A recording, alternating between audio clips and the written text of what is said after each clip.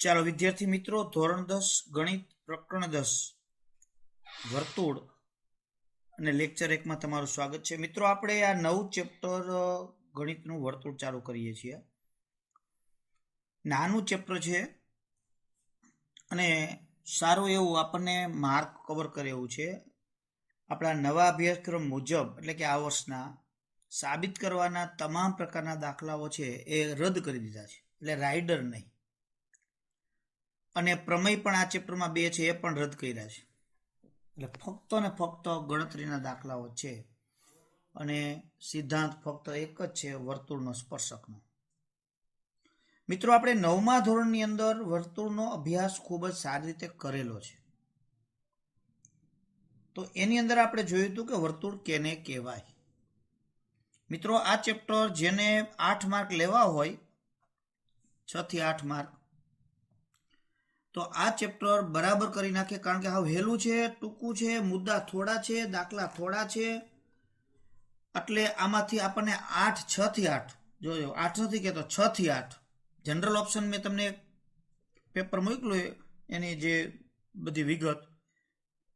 તો જનરલ ઓપ્શનમાં આના 2 માર્કના 2 પ્રશ્નો પૂછી નાખે અને 3 માર્કના પ્રશ્નો પૂછી નાખે અને બાકી ટૂંકું પૂછી નાખે. એટલે આપણને 8 માર્ક, 6 થી 8 માર્ક આરામથી મળી જાય એમ છે, થોડીક મહેનતે. એટલે બરાબર ધ્યાનપૂર્વક સમજજો. 9મા ધોરણમાં આપણે જોયું હતું કે વર્તુળ કેને કહેવાય. તો પહેલા આપણે વર્તુળની વિગત જોઈ લઈએ, એની અંદર આવતા થોડાક શબ્દોની વિગત જોઈ લઈએ. એ ખાસ 9માં થોડુંક પુનરાવર્તન થઈ જાય.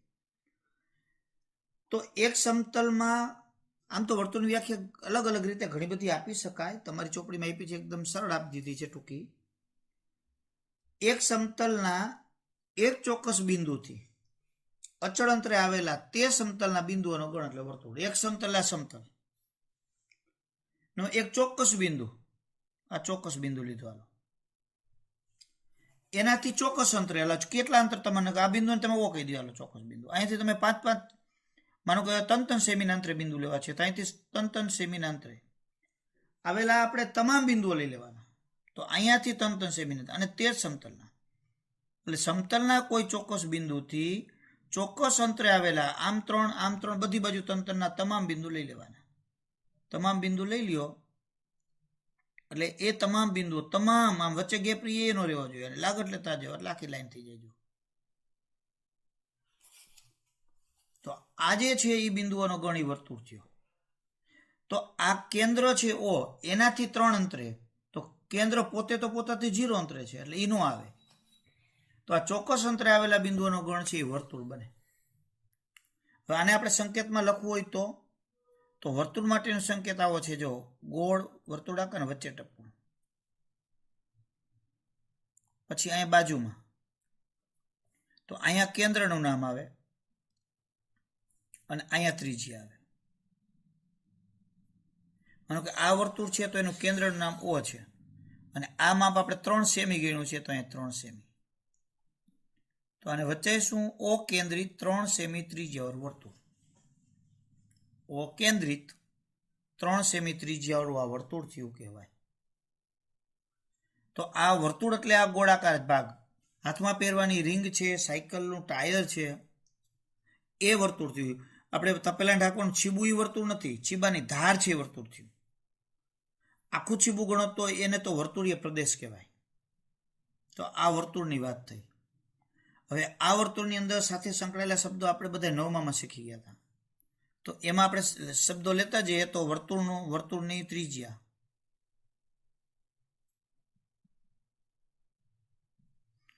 તો વર્તુળની ત્રિજ્યામાં કોણ આવે, વર્તુળના કેન્દ્રથી વર્તુળ સુધીનો રેખાખંડ. અથવા તો આપણે કહી શકીએ કે એવો રેખાખંડ જેનું એક અંત્ય બિંદુ વર્તુળનું કેન્દ્ર પર હોય અને બીજું વર્તુળ પર હોય, તો આને વર્તુળની ત્રિજ્યા કહેવાય.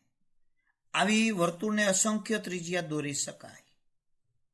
જો અસંખ્ય ત્રિજ્યાઓ, તમામ ત્રિજ્યાઓ કેન્દ્રમાં ભેગી થાય એટલે આ ત્રિજ્યાઓનું છેદગણ એટલે વર્તુળનું કેન્દ્ર.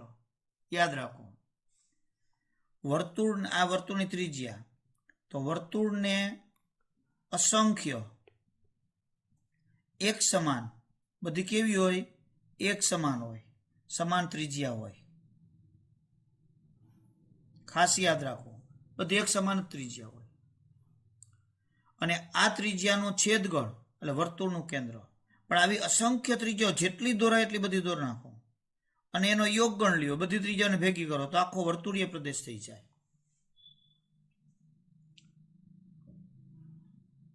ત્યાર પછી આવે વર્તુળની જીવા.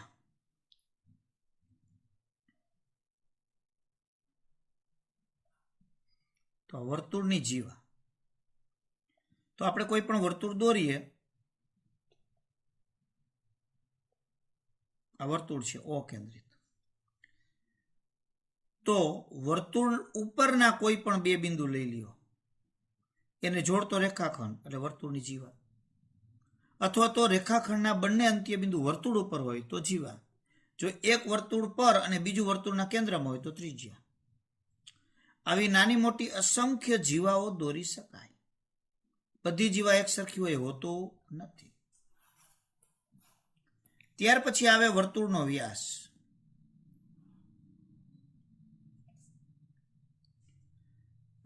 તો વર્તુળનો વ્યાસ તમે લ્યો, તો વર્તુળનો વ્યાસ, તો આવી જીવાઓ આપણે દોરીએ તો આના કરતા આ મોટી થઈ, એનાથી મોટી લેવી, એથી મોટી લેવી તો વર્તુળના કેન્દ્રમાંથી પસાર થાય. તો વર્તુળના કેન્દ્રમાંથી પસાર થતી જીવા એ વર્તુળનો વ્યાસ છે, અથવા વર્તુળની મોટામાં મોટી જીવા એ વર્તુળનો વ્યાસ. વ્યાસથી મોટી જીવા દોરી શકાય નહીં. આવા પણ વર્તુળને ઘણા બધા વ્યાસ દોરી શકાય. જો વર્તુળના વ્યાસની વ્યાખ્યા બે રીતે આપી શકાય. મોટામાં મોટી જીવા એ વર્તુળનો વ્યાસ, તો કેન્દ્રમાંથી પસાર થતી જીવા એ વર્તુળનો વ્યાસ.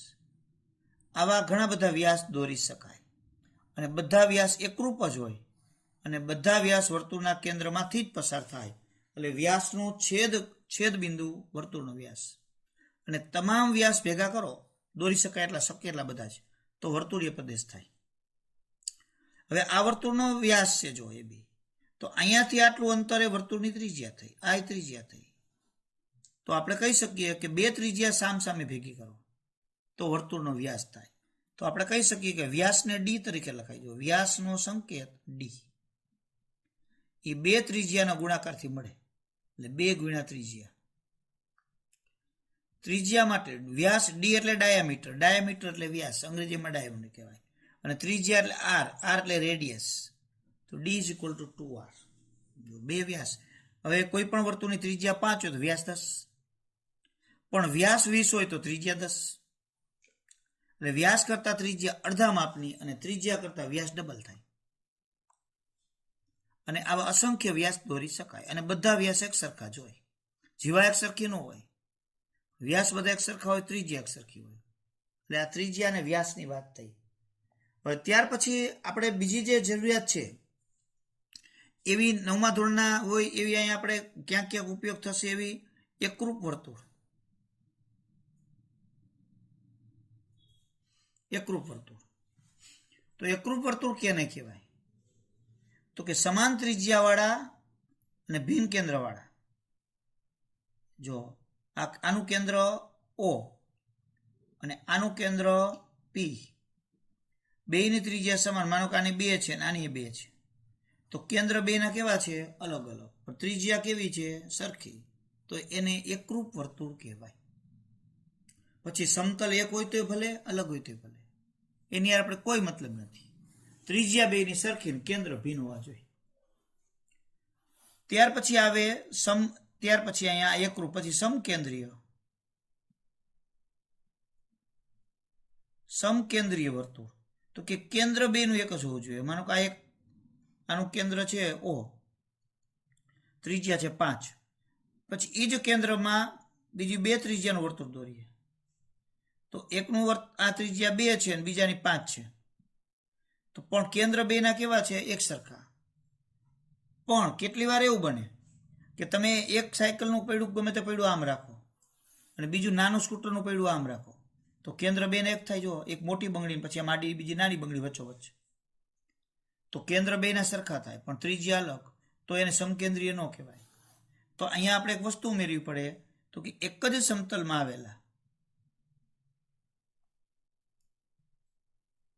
આવેલ સમાન કેન્દ્રવાળા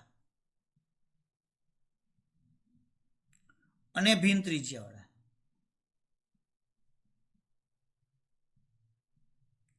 વાળા વર્તુળો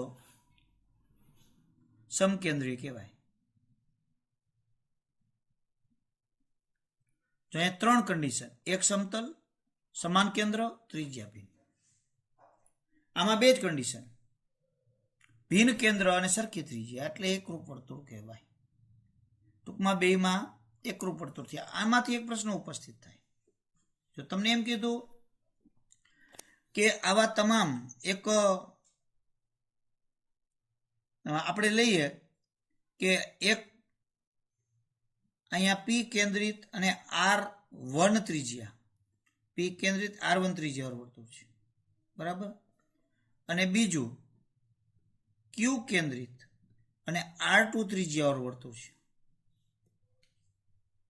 અને આ વર્તુળમાં તમને એમ કીધું કે જો એકરૂપ વર્તુળ હોય તો આપણે શું કહી શકીએ કે એકરૂપ છે એટલે બેની ત્રિજ્યા સરખી છે પણ કેન્દ્ર ભિન્ન, તો પી અને ક્યુ સમાન ન થાય, જો પણ બેની ત્રિજ્યા સરખી થાય, એકા. અને જો સમકેન્દ્રીય વર્તુળ છે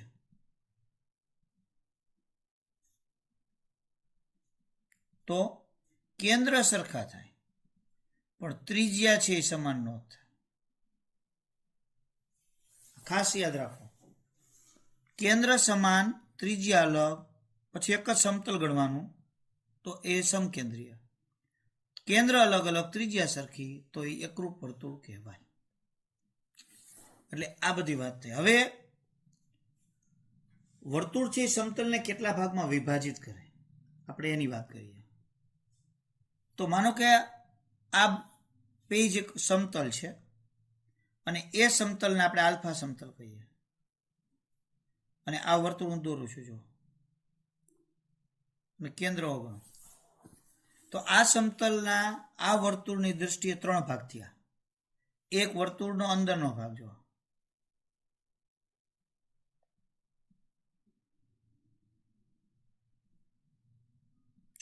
પછી આ વર્તુળ,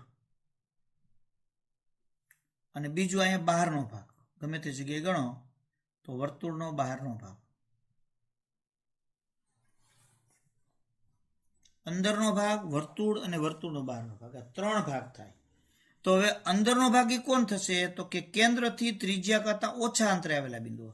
માનો કે આ વર્તુળ છે એ ઓ કેન્દ્રિત 7 સેમી ત્રિજ્યા વર્તુળ છે માની લ્યો, તો કેન્દ્રથી 7 કરતા ઓછા અંતરે તમે જાઓ, કેન્દ્રથી આમ ગતિ કરો, 7 સેમી કરતા ઓછા અંતરે જાઓ તો અંદર જ રહી જાઓ. પણ જો ત્રિજ્યા જેટલા અંતરે જાઓ તો વર્તુળ પર પહોંચી જાઓ, અને ત્રિજ્યા કરતા વધુ અંતરે જાઓ તો વર્તુળની બહાર જતા રહ્યો. જો આ અંતર આપણે ગણીએ તો 4 છે, આ જે છે એ 9 છે, અને આ અંતર 7 થાય. તો કેન્દ્રથી ત્રિજ્યા જેટલા અંતરે જાઓ એટલે વર્તુળ પર હોય. હવે તમને એમ કીધું કે આ વર્તુળ છે અને પી એ ઓપી બરાબર 6 સેમી થાય તેવું બિંદુ છે, તો આપણે કહી શકીએ કે પી જે વર્તુળની અંદર હોય, પણ એ આ વર્તુળના સમતલની વાત કરતા હોય તો આવી બધી બાબતો છે એ આપણે 9મા ધોરણમાં બધી આવતી. આ બધી વિગતો 9મા ધોરણની અંદર હતી. આ તો મેં તમને અહીંયા પુનરાવર્તન કર્યું. હવે એના પછી એક આપણે મુદ્દો પણ લેવાનો છે હજી 9મા ધોરણનો, છેદિકા. ત્રીજો મુદ્દો છે વર્તુળની છેદિકા. ખાસ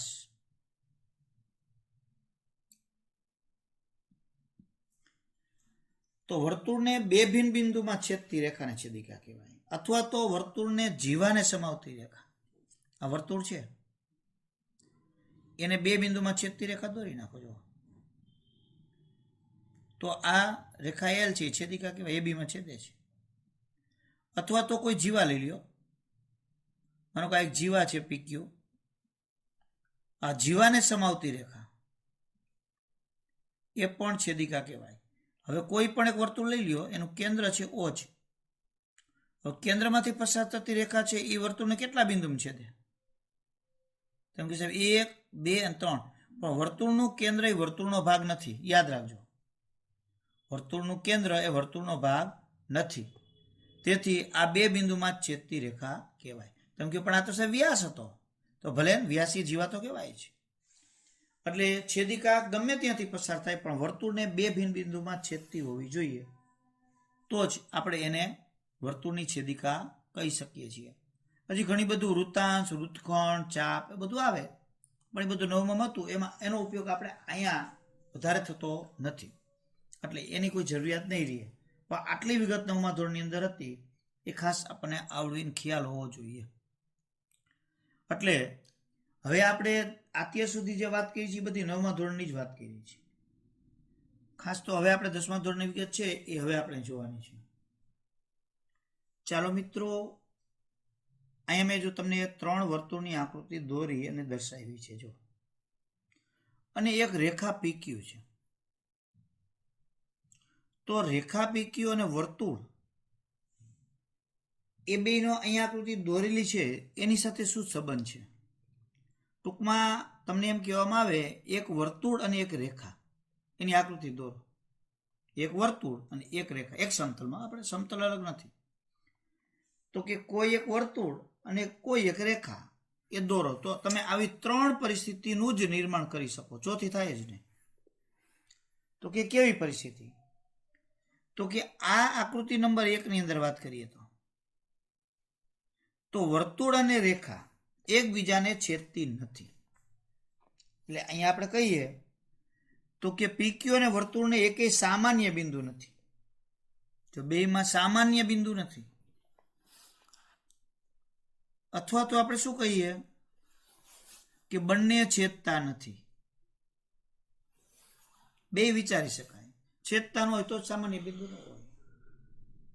આખી રેખા વર્તુળના બહાર થઈ ગઈ, રેખાનું એક પણ બિંદુ વર્તુળ ઉપર કે વર્તુળની અંદર નથી, આ સ્થિતિ થઈ ગઈ.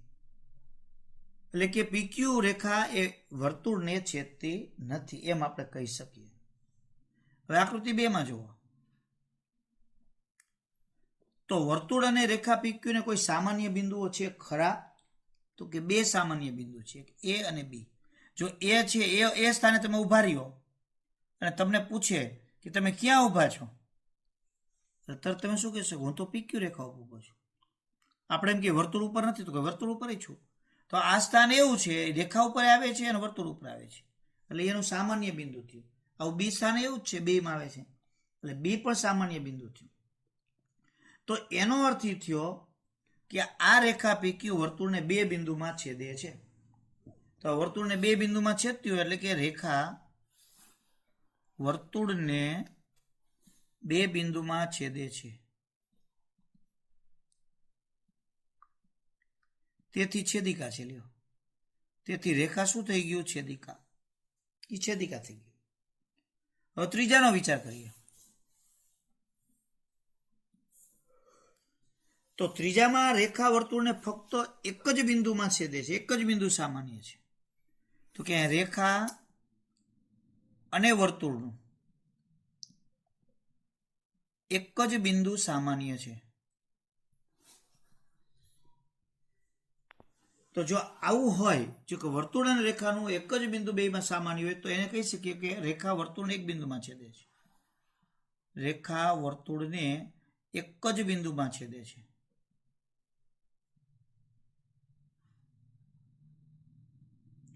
તેથી રેખા સ્પર્શક છે. તો એને શું કહેવાય? રેખાને વર્તુળનો સ્પર્શક. એટલે આપણે આનો વિચાર ખાસ કરવાનો છે. તો આવા સ્પર્શક આપણે કોઈ જગ્યાએ જોવા મળે ખરા? ઘણી જગ્યાએ. માનો કે તમે કોઈ ગરગડી લઈ લો, આવી જાઓ, ગરગડી એટલે અહીંયા છે ગરગડી, બરાબર?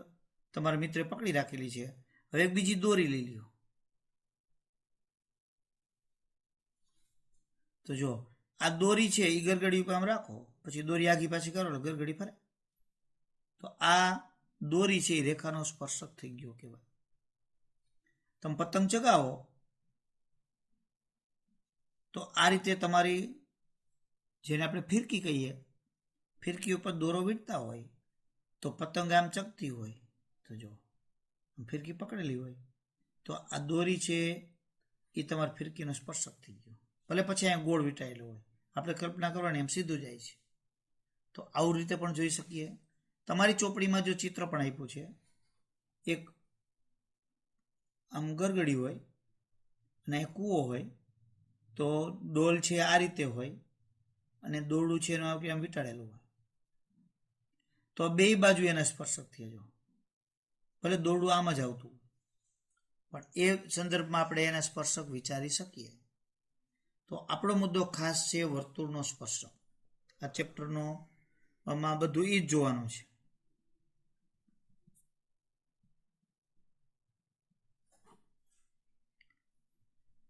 તો એના માટે તમને એક પ્રવૃત્તિ પણ આપી છે, બરાબર. અહીંયા તમને કીધું અગાઉના વિભાગમાં, એટલે આપણે સ્પર્શકની એની વાત કરી છે. વર્તુળને ફક્ત એક જ બિંદુમાં છેદતી રેખા હોય એ વર્તુળનો સ્પર્શક થાય. સ્પર્શકની વ્યાખ્યા આપણે લેવી હોય તો લઈ શકીએ. વર્તુળના સમતલમાં આવેલી, જોજો ખાસ જરૂર છે, વર્તુળના સમતલમાં આવેલી વર્તુળને એક જ બિંદુમાં છેદતી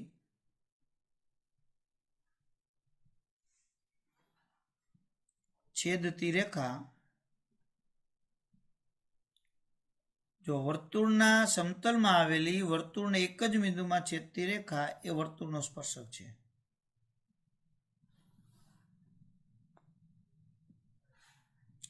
તો કોઈ રેખાને વર્તુળનો સ્પર્શક થવા માટેની બે શરત, એક વર્તુળના સમતલમાં આવેલી હોવી જોઈએ અને બીજું એક જ બિંદુમાં છેદતી હોવી જોઈએ, તો જ વર્તુળનો સ્પર્શક થાય.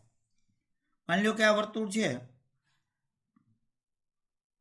અને અહીંયા આપણે દોરીએ રેખા, જો એલ, કેન્દ્ર ઓ છે, તો આ પી બિંદુમાં છેદે છે અને આ વર્તુળના સમતલમાં આવેલી છે, તો આ રેખા એલ એ વર્તુળનો સ્પર્શક થયો. તો આ વર્તુળ અને સ્પર્શક એ બેમાં કોમન બિંદુ, સામાન્ય બિંદુ, એનો છેદગણ કોણ?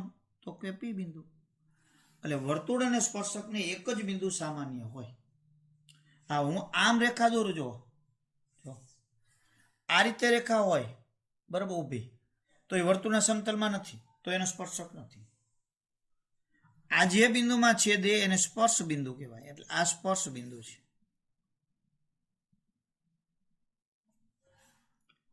તો આ રીતે વર્તુળ અને તેનો સ્પર્શક થયો અને આ એનો સ્પર્શ બિંદુ થયો. તો સ્પર્શ બિંદુ ક્યાં આવેલું છે? તો કે વર્તુળ ઉપર છે અને રેખા ઉપર છે. તો આવા કેટલા સ્પર્શક દોરી શકાય? તો આવા અસંખ્ય સ્પર્શક દોરી શકાય. જો જેટલા દોરવા એટલા દોરે. વર્તુળ ઉપર જેટલા બિંદુ છે દરેક બિંદુમાંથી સ્પર્શક દોરી શકાય. ખાસ યાદ રાખજો, વર્તુળને અસંખ્ય સ્પર્શક દોરી શકાય. મિત્રો, વર્તુળ ઉપર તમને કોઈ પણ એક બિંદુ આપી દીધું, હાલો અહીંયા ટી બિંદુ છે, તો વર્તુળ પરના કોઈ ચોક્કસ બિંદુમાંથી કેટલા સ્પર્શક દોરી શકાય? એક અને માત્ર એક જ દોરી શકાય. સેજ આમ ત્રાસો દોરવા જાવ તો બે બિંદુમાં છેદી જાય, તો છેદિકા થઈ જાય. એટલે વર્તુળના કોઈ એક બિંદુએ, વર્તુળ ઉપરનું કોઈ એક બિંદુ તમે લ્યો તો ફક્ત એક સ્પર્શક મળે. જો કોઈ નિશ્ચિત ન હોય તો વર્તુળને અસંખ્ય સ્પર્શક દોરી શકાય. તો બહારના બિંદુમાંથી દોરવા હોય તો હાલો ચાલો, આ એક બિંદુ છે પી, પી માંથી સ્પર્શક દોરવા હોય તો બિંદુમાં બે નીકળે, તો આ પી બિંદુમાંથી દોરી તો એક આમ મિત્રો દોરી શકાય, જો બરાબર, અને એક આમ નીચે આ બાજુ સાઈડમાં દોરી શકાય. એટલે બહારના બિંદુમાંથી બે સ્પર્શક દોરી શકાય. એટલે કોઈ નિશ્ચિત ન હોય તો અસંખ્ય સ્પર્શક, કોઈ એક બિંદુ વર્તુળ ઉપર જ હોય તો એમાંથી એક જ, પણ બહારના બિંદુ તો બે સ્પર્શક દોરી શકાય. આવું આપણને સાચા ખોટા ટૂંકા પ્રશ્નોમાં ક્યાંક ને ક્યાંક આપણને પૂછી શકે. હવે તમને એક પ્રવૃત્તિ આપી છે, પ્રવૃત્તિ 1. જો એ પ્રવૃત્તિ શું કહે છે એને આપણે સમજવાની છે. આમ તો પ્રવૃત્તિ ગણિતમાં પૂછાય નહીં, પણ એમાંથી કંઈક તારણો કાઢવાના છે, આપણે એવું કરવાનું છે. જો તમે પ્રવૃત્તિની અંદર શું છે, એક વર્તુળાકાર તાર લઈ લ્યો, વર્તુળાકાર તાર, બરાબર. એટલે એક વર્તુળાકાર તાર લો અને એક બીજો સીધો તાર લ્યો, બરાબર. અને અહીંયા બિંદુ, કોઈ પણ વર્તુળના એક બિંદુ અહીંયા નામ આપી દો પી. તો આ તાર અને આ વર્તુળાકાર તાર અહીં પી. પીમાં આપણે એવું કરીએ કે આ એક પટ્ટી છે, માની લ્યો કે આમ પહોળી છે, એ વર્તુળ ગણી લઈએ, અને અહીંયા એક બીજી પટ્ટી લઈએ અને એ બે પટ્ટીમાં અહીંયા આપણે ખીલી મારી દઈએ અને આમ ફરી શકે તેવી, એવું આપણે માની શકીએ. અને ભલે તાર કીધો કે જેથી કરીને અહીંયા પી બિંદુની આસપાસ આ ફરે, એમ ટૂંકમાં તારમાં ન ફરી શકે પણ ઓલામાં ફરે, પણ જાડો તાર હોય બીજા તારમાં રાખી દઈએ. ટૂંકમાં એક આ વર્તુળાકાર ભાગ છે એવો, અને બીજો એક આમ આડો આમ, બરાબર. અને ખીલી મારેલી છે એટલે હવે આને આમ આપણે ફેરવી શકીએ અને આમ પીમાંથી જ ફરી શકીએ એવી રીતે, બરાબર. એવી રીતે આપણે એને ફેરવીએ તો અલગ અલગ સ્થાન અને સ્થિતિમાં રાખીએ. હવે જો આ રીતે, જો અહીંયા આ તાર પી બિંદુ, બરાબર. હવે આને આપણે અલગ અલગ સ્થાને પી બિંદુ રાખીને આમ ફેરવી શકાય. જો અલગ અલગ આમ પણ ફેરવી શકાય અને આમ પણ ફેરવી શકાય. તો અત્યારે આ તાર છે એટલે કે આ રિફિલ વર્તુળને એક જ બિંદુમાં છેદે છે. હવે આપણે એને ફેરવવાનું છે, આસપાસ સર્વેકથી ફેરવવાનું છે. જુદી જુદી સ્થિતિમાં આ તાર વર્તુળાકાર તારને પી, એક તો પી બિંદુ અને બીજા બિંદુઓમાં છેદે. માનો કે આપણે આમ રાખ્યું તો અહીંયા આપણે કહી શકીએ કે એક અહીંયા પીમાં છેદે અને એક અહીંયા છેદે. ચાલો, તો જો સ્થિતિ આ રીતે થાય, અને ગમે તે નામ આપી દે Q1, પછી વળી આ ફેરવતા ફેરવતા આટલે પહોંચ્યા તો Q2. જો આવા Q1, Q2, Q3 વગેરે બિંદુમાં છેદે. એટલે આવી કોઈ ને કોઈ એક સ્થિતિમાં તમે જોશો કે તે વર્તુળને ફક્ત એક જ બિંદુ પીમાં છેદે છે એવું થતું નથી. એટલે અહીંયા તમે જોઈ શકો કે કોઈ એક સ્થિતિમાં તમે જોશો કે તે વર્તુળને ફક્ત એક બિંદુમાં છેદશે. આ દર્શાવે છે કે વર્તુળના બિંદુ પી આગળ સ્પર્શક અસ્તિત્વ ધરાવશે. એટલે ટૂંકમાં શું કહે છે, અહીંયા બધામાં થાય છે, બબેમાં છેદે છે, પણ એક સ્થિતિ એવી આવશે કે જેમાં એક બિંદુમાં છેદે, બાકી સ્થિતિ એકમાં નહીં આવે. એટલે અહીં પી બિંદુમાં છેદે તો એ તેનો સ્પર્શક થાય.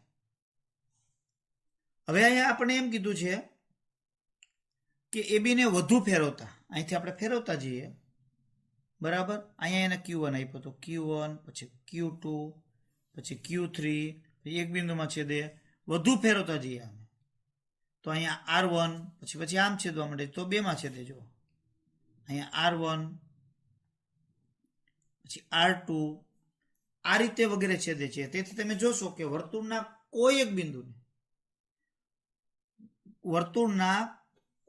બિંદુએ એક અને ફક્ત એક જ સ્પર્શક છે. એટલે કે પી બિંદુએ કેટલા સ્પર્શક? એક જ. જો આ બધી તો છેદિકા થઈ, બરાબર, એ બબે છેદે, પણ એક જ બિંદુએ છેદે છે. તો આ ઉપરથી આપણે શું કહી શકીએ કે એ બી, આપણે કોઈ પણ આપણે નામ આપીએ, આ સ્થિતિને એ બી કહીએ, બરાબર.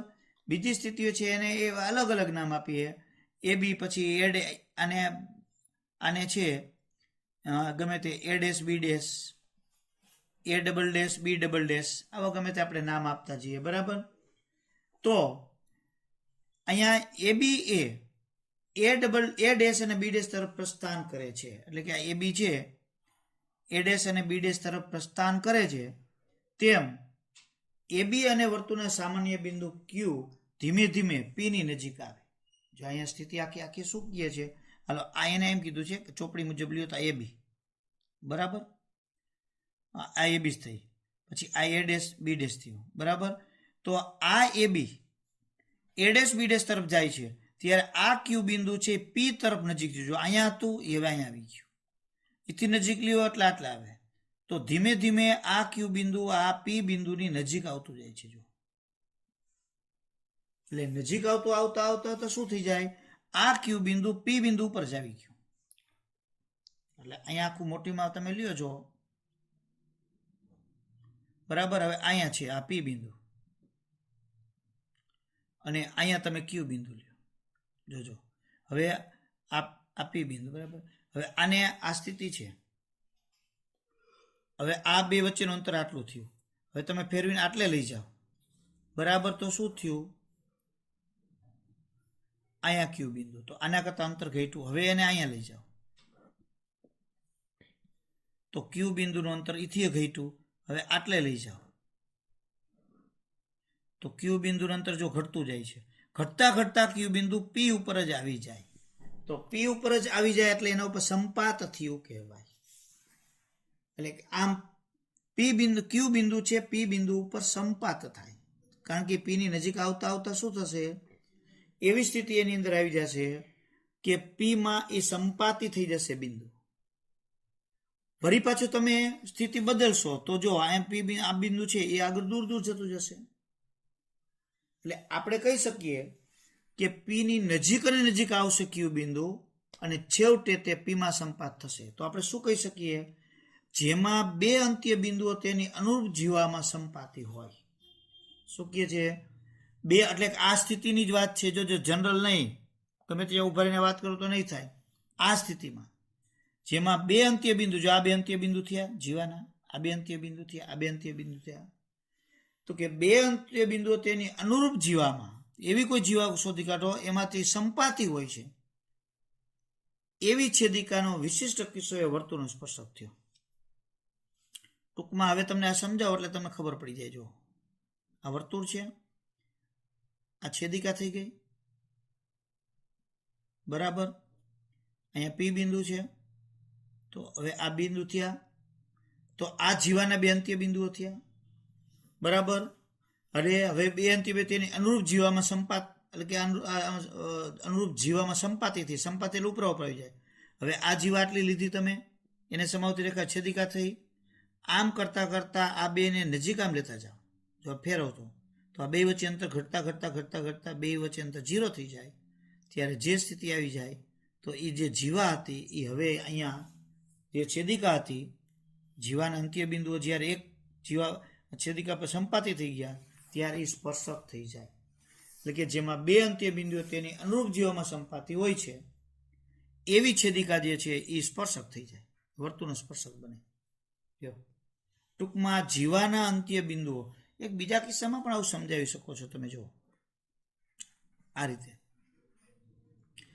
આ જીવા છે, બરાબર, અને એમાં સમાવતી રેખા છેદિકા છે. હવે આને તમે નીચે લઈ જાઓ તો બે વચ્ચેનું અંતર ઘટ્યું, નીચે નીચે લેતા જાઓ, નીચે નીચે લાવતા લાવતા બંને એક જ સ્થાન આવી જાય બી, ત્યારે વર્તુળનો સ્પર્શક થઈ ગયો કહેવાય. એટલે આ વર્તુળના સ્પર્શકની આવી વાત છે. તો આવા વર્તુળના સ્પર્શકો આપણે દોરવા હોય તો અસંખ્ય દોરી શકાય.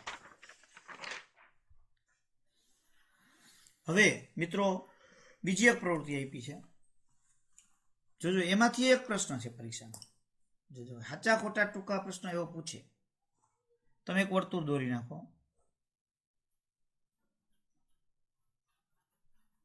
હવે એક છેદિકા દોરો, ગમે તેમ દોરવાનું શું છે, એવું નથી આમ સીધી દોરી એમ ત્રાસે ગમે તે. હવે આનું તમારે નામ આપો તો આપી શકો કે આ રેખાને એલ કયો. હવે આને સમાંતર રેખા તમે દોરી જ રાખો, તો આ રેખાને એક તમને સમાંતર સ્પર્શક મળે. એવી જ રીતે આ બાજુ દોરો, સમાંતર જ દોરવાની. બીજો સ્પર્શક મળે. તો આપણે શું કહી શકીએ કે આ એમ અને એન એકબીજાને સ્પર્શક થાય, કારણ કે આપણો નિયમ છે કે બંને રેખાઓ કોઈ એક રેખાને સમાંતર હોય તો એ બંને પણ પરસ્પર સમાંતર થાય જ.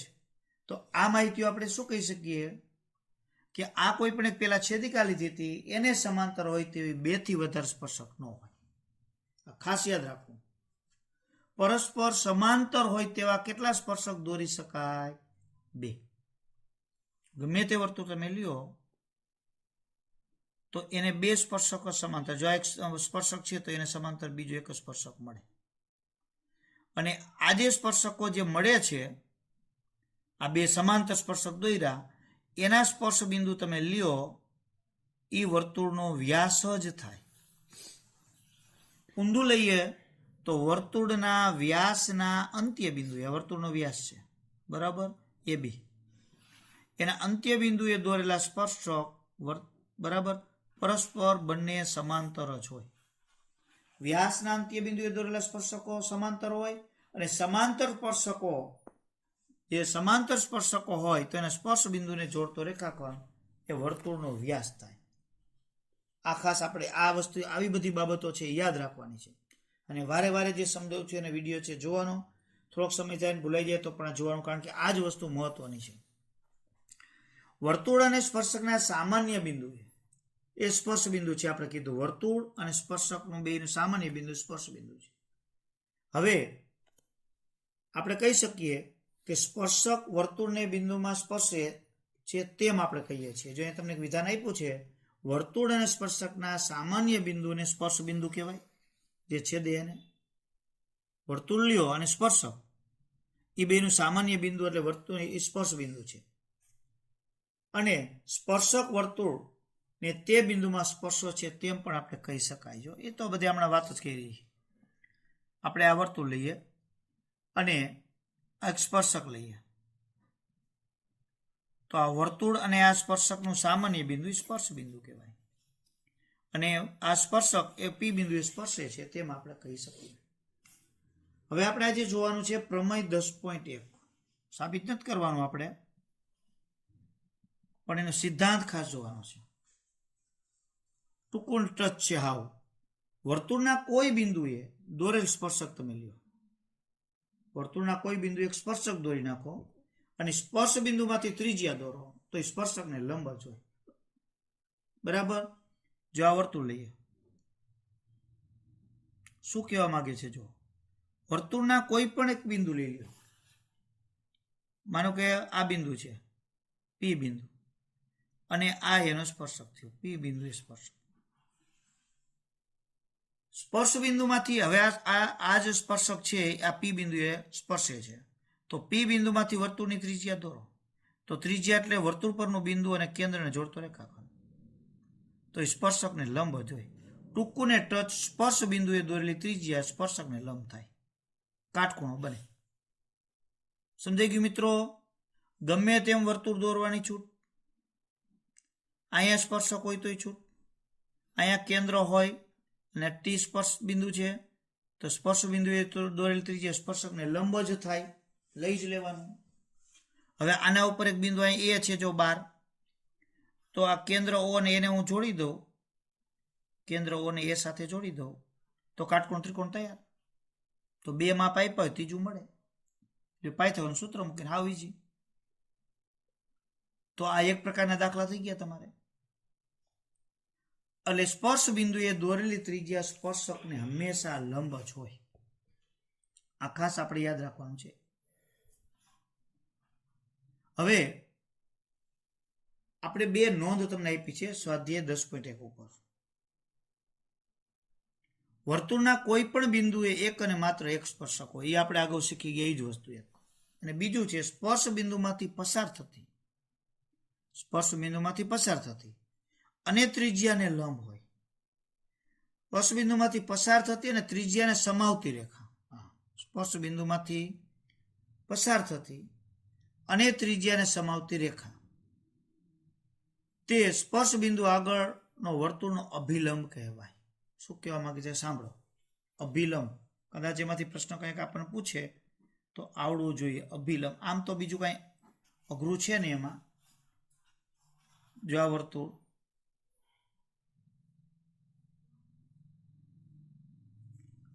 વર્તુળમાં એટલે કે સ્પર્શ બિંદુમાંથી પસાર થતી વર્તુળ લેવું પડે. હવે સ્પર્શ બિંદુ લેવું પડે, એના માટે સ્પર્શક લેવો પડે. આ એનું સ્પર્શ બિંદુ. હવે આપણે સ્પર્શ બિંદુમાંથી પસાર થતી અને ત્રિજ્યાને સમાવતી. હવે આમાંથી પસાર કરવી હોય મારે રેખા, તો આમે દોરી શકું, પણ એમાં ત્રિજ્યા ન હોય તો મારે ત્રિજ્યા લેવી પડે. તો હવે સ્પર્શ બિંદુમાંથી પસાર થતી અને આ ત્રિજ્યાને સમાવતી હું રેખા દોરું, તો આ સ્પર્શક એલ છે અને આ રેખા ટી એ અભિલંબ થયો કહેવાય. હવે કોઈ પણ વસ્તુ તમે દોરી શકો છો. માનો કે આવો વળાંક છે, તો વળાંકે તમે સ્પર્શક દોરો, તો મારે અહીંયા અભિલંબ દોરવો હોય તો સ્પર્શ બિંદુ થઈ ગયું.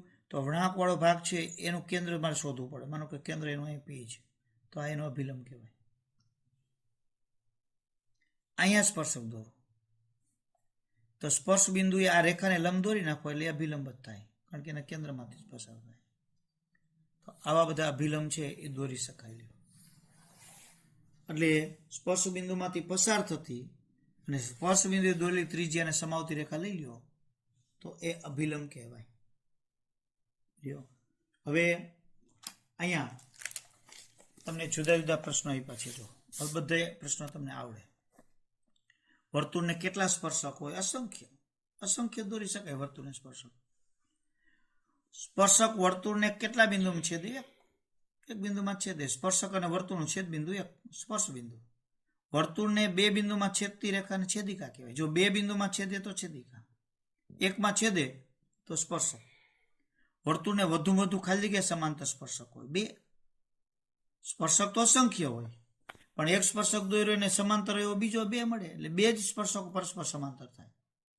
કેમ કે સાહેબ બે એક જોડીને બનાવ્યું, આપણે એક જોડી લીધી, બરાબર. હમણાં જ આપણે એમ કીધું હતું કે આ રીતે અહીંયા બે સ્પર્શક છે, તો પછી આમ દોરવા હોય તો બીજા સ્પર્શકનો સમાંતર નો થાય ને, તો એ બે સમાંતર. આપણે એમ નહીં જોવાનું કે આ ચારેય સમાંતર, ચારે ક્યાં સમાંતર? બબેની જોડીમાં જ સમાંતર થઈ શકે. પછી વર્તુળ અને સ્પર્શકના સામાન્ય બિંદુને શું કહેવાય? આ વર્તુળ અને તેનું સ્પર્શકનું સામાન્ય બિંદુ, એને સ્પર્શ બિંદુ કહેવાય. હવે અહીંયા દાખલો ત્રીજો છે, આપણે ગણવાનો છે. ખાસ જોજો, સ્વાધ્યાય 10.1 નો દાખલો ત્રીજો. તો મિત્રો અહીંયા જો 10.1 દાખલા ચોથાની રકમ છે. અહીંયા 5 સેમી, જોજો બરાબર ધ્યાનપૂર્વક રકમને સમજી અને એની આકૃતિ સાચી દોરવાની છે. આમ આકૃતિ ફરજિયાત છે, નકર દાખલો જ નહીં થાય, ખોટો પડશે. 5 સેમી ત્રિજ્યાવાળા વર્તુળના કોઈ બિંદુ પી આગળ દોરેલ એક સ્પર્શક PQ છે, અને વર્તુળનું કેન્દ્ર O માંથી પસાર થતી રેખા ને Q માં છેદે છે. OQ 12 સેમી હોય તો PQ શોધો લ્યો. શું કહે છે? 5 સેમી ત્રિજ્યાવાળું વર્તુળ છે. તો પહેલા તો આપણે 5 સેમી ત્રિજ્યા વર્તુળ, પછી અહીંયા 5 સેમી ત્રિજ્યા તમારે લેવી જરૂરી નથી, કારણ કે ઘણી વખત 12 સેમી 25 સેમી ત્રિજ્યા ક્યાં અમાય, એટલે ગમે તે ત્રિજ્યા લઈને વર્તુળ પરિકરથી દોરી નાખવું. આકૃતિ બરાબર વ્યવસ્થિત દોરવી. હાલો, 5 સેમી ત્રિજ્યાવાળું વર્તુળ થયું. કોઈ બિંદુ P આગળ દોરેલ સ્પર્શક, આપણે કોઈ પણ બિંદુ P લઈ લઈએ. વર્તુળના કોઈ બિંદુ છે, એટલે આ બહાર નથી, વર્તુળ પરના બિંદુ. P આગળ દોરેલ સ્પર્શક PQ. ચાલો, આ PQ થઈ ગયું, બરાબર. P આગળ દોરેલ સ્પર્શક PQ વર્તુળના કેન્દ્ર O માંથી, વર્તુળનું કેન્દ્ર લઈએ O માંથી પસાર થતી રેખાને Q માં છેદે છે. O માંથી પસાર થતી એક રેખા છે, એને Q બિંદુમાં છેદે છે. તો Q બિંદુ આપણે અહીંયા લઈ લઈએ. ફરીથી 2-3 વખત રકમ વાંચવી. 5 સેમી ત્રિજ્યાવાળું વર્તુળનું કોઈ એના પરનું કોઈ પણ બિંદુ P આગળ દોરેલ સ્પર્શક PQ એ આ કેન્દ્રમાંથી પસાર થઈ રેખાને Q માં છેદે. કોઈ એમ કે સાહેબ મેં રેખા આમ દોરી તો Q અહીંયા આવે, સેજ આમ લીધું તો Q અહીંયા આવે, વધારે આમ લીધું Q અહીંયા આવે, P અહીંયા આવે તે ફાઇનલ હતું. Q આના ઉપર ગમે તે જગ્યાએ હોઈ શકે, પણ કેન્દ્રમાંથી પસાર થતી રેખા આ સ્પર્શકને જ્યાં છેદે અહીંયા Q છે. હવે OQ નું માપ 12 સેમી, બરાબર, અને PQ શોધવાનો છે, અને 5 સેમી ત્રિજ્યા. તો આ વર્તુળનું કેન્દ્ર અને સ્પર્શ બિંદુ એ દોરો એટલે ત્રિજ્યા થઈ જાય. એ 5 સેમી. તો કાટકોણ ત્રિકોણ થઈ ગયો OPQ. એમાં આનું માપ 12, આ 5, એટલે આ મળે. તો આકૃતિનું મહત્વ એટલા માટે છે કે આપણે બહુ વર્ણન હવે ન કરવું પડે. હવે દાખલો ગણવો હોય એટલે તમારે પહેલા તો આકૃતિ દોરવાની ફરજિયાત, પછી અહીં સીધું ડાયરેક્ટ જ મૂકી શકાય. ત્રિકોણ OPQ માં જો અહીંયા P90 જ્યાં કાટકોણ થાય છે ત્યાં, તો પાયથાગોરસના નિયમ મુજબ સૂત્ર મૂકીએ તો આ કાટકોણ ત્રિકોણ થઈ ગયો. એમાં કાટકોણ છે એટલે કર્ણકોણ OQ, અહીંયા OP² વત્તા PQ². પાયથાગોરસનું સૂત્ર તો આપણને આવડે, ખૂબ ઉપયોગ કર્યો બધે. OQ નું માપ 12, 12 નો વર્ગ 144, OP 5 નો વર્ગ 25, ને PQ નો સ્ક્વેર શોધવાનો. 25 આ બાજુ જાય એટલે 144 - 25. તો PQ નો સ્ક્વેર બરાબર 144 માંથી 25 ને બાદ કરી નાખો એટલે અહીં 14 દસકો લઈએ એટલે 14 માંથી 5 જાય એટલે 9